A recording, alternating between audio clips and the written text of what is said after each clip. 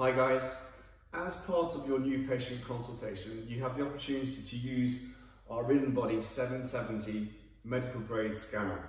This provides a benchmark for you to work from.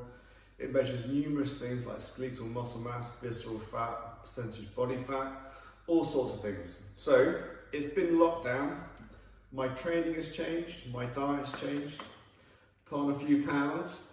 So Hannah is going to go over my latest report and give you an insight into what happens. Hannah. Okay, so at the top of the printout today we can see your breakdown of your different weight types. So here's your total weight here.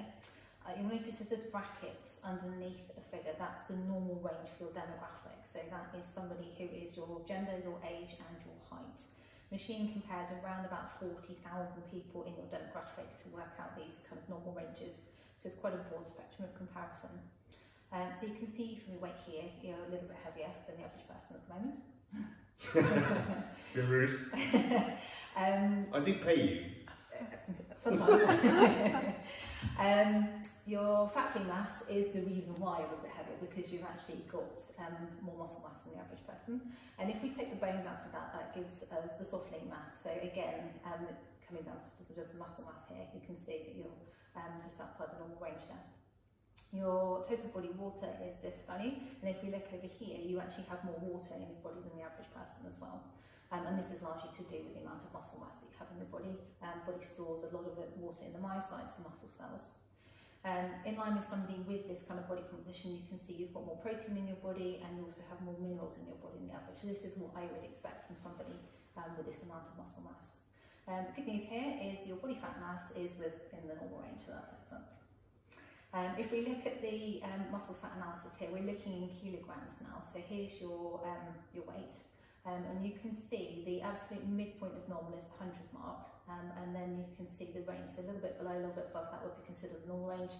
And then obviously, as I already mentioned, you're a little bit heavier than the average person. But if you look here, you can see that is due to the fact that you've got a lot more muscle mass. So you're about 138, 139% of the average person in terms of muscle mass in your body at the moment, which is good. Your body fat, a little bit over the midpoints in terms of weight, but still within the normal range there. So that's all good. If we jump down here, we can see body mass index. So body mass index for somebody like yourself, potentially not the most useful measurement, because body mass index is literally looking at the comparison between your height and your weight, doesn't take any account of your body composition. So you're a little bit over the normal BMI at the moment, but clearly you're not overweight, and we can see that because the figure below is your body fat percentage, and you're virtually right in the middle of the normal percentage there, so 15.9. If we jump across here, you can see that the machine's actually giving you a weight loss target. And when I say weight loss, it's talking about fat loss, but it's only 1 kilo, and the reason for that is to get you back down. Too many dominoes. Too many dominoes. One domino pizza. What, in the whole lockdown? Yeah, Wow. yeah. That's impressive. Too much gin. Yeah, okay, probably that. So you've got a weight loss target, or I should say fat loss target of 1 kilo, and this will bring you right back to that 15% midpoint. Obviously, aesthetically as a man, you could afford to go a little bit lower if you wanted to do that, but you're within a healthy range, so this is all good.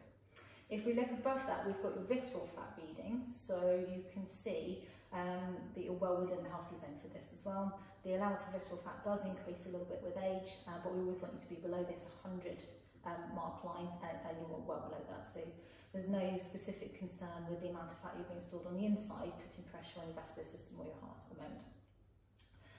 If we look down here, the machine performs a segmental analysis. So we're looking at the symmetry left to right of your body, and also the balance between the upper and lower.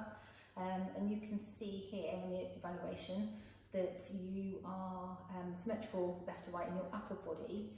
The machine here has picked up a slight imbalance in your legs at the moment, with your right leg being a little bit heavier than your left leg. So this would suggest to me potentially an injury or some kind of biomechanical issue going on here.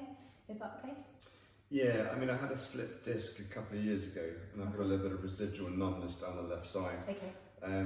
But it's always been balanced in previous reports, but my training's changed. Okay. And as you know, I've got a dodgy right knee at the moment, but from doing hill sprints with Lydia. I blame her.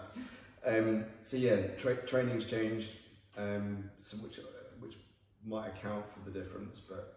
Okay, so potentially you've got residual motor or sensory deficit in your left leg, which would something you've been managing through your normal training in the gym, but with your routine being disrupted now, potentially the exercise has changed, so you're not doing those kind of management exercises. So we are seeing a little bit of potential weakness in the left leg compared to the right leg, and that could be the reason why you're getting the pain in the knees, the sort of fascial tracking kind of issue possibly that you've got going on there. The other thing the machine has picked up, which is I would expect with somebody with your body type, is a slight imbalance between upper and lower. Not so many leg days at the gym, possibly. It's always chest day. Always chest day.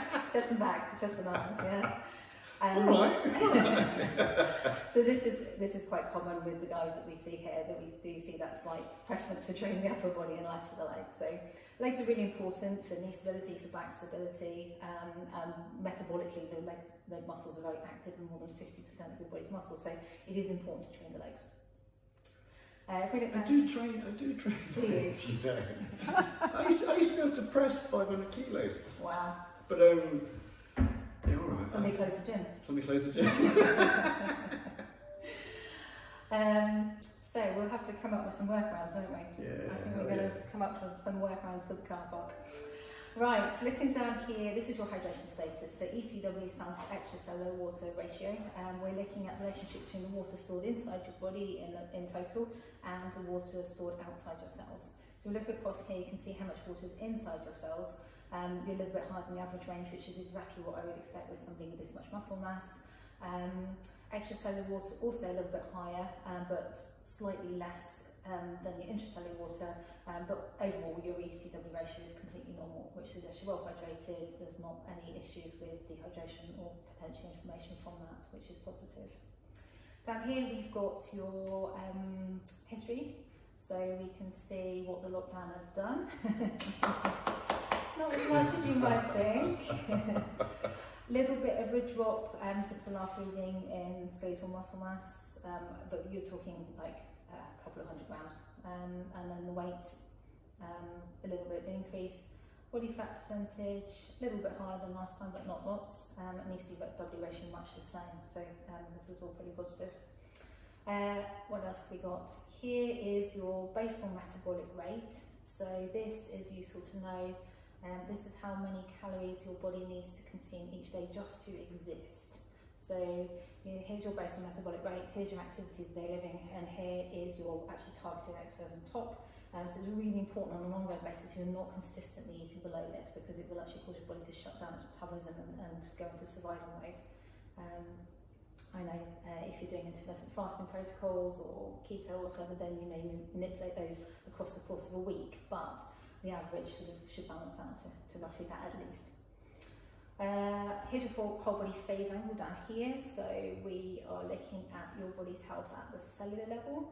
So if you think of cells being like Lego bricks, so the individual building blocks of the body, around each cell is a membrane, and it's the membranes where the cells communicate with each other. So this particular reading is looking at cell membrane integrity. There's no hard or fast number we're looking for here, because genetics will influence how cells communicate quite extensively, but anything above 4 is fine. So 7.3 is actually quite a good reading, so well done. Last one I'm going to mention, your total Inbody score for today, what we've been building up to. This is looking at your body composition overall. Everybody starts at 80, you gain points for lean mass, you lose points for fat mass, so at 98 you've actually gained 18 points, so good work. The highest score that we've got in clinic is 115 by an ex-competitive bodybuilder. The next highest one, is 109, and that's by a Danish Viking man who's huge. So yeah, 98, quite pleased with that. Yes. Need to hit 100 though. Cool, that's wonderful. Any questions? Any questions on that at all? No, not really. So we use this actually just to provide you guys with a benchmark to work from, because obviously hormone optimization is all about the reversal of the negative symptoms associated with low testosterone, but it's also making sure that your physical and biochemical parameters are all kept within normal range, and actually optimised. Okay, so you know, if there was something that I needed to do, and obviously lose 1 kilo, avoid Domino's pizzas, and gin. Oh, yeah, I like gin. You should obviously do that. So you need to take personal responsibility for your health. So we want to provide you with all the essential information and tools necessary for you to do that. It's up to you. Thank you, guys.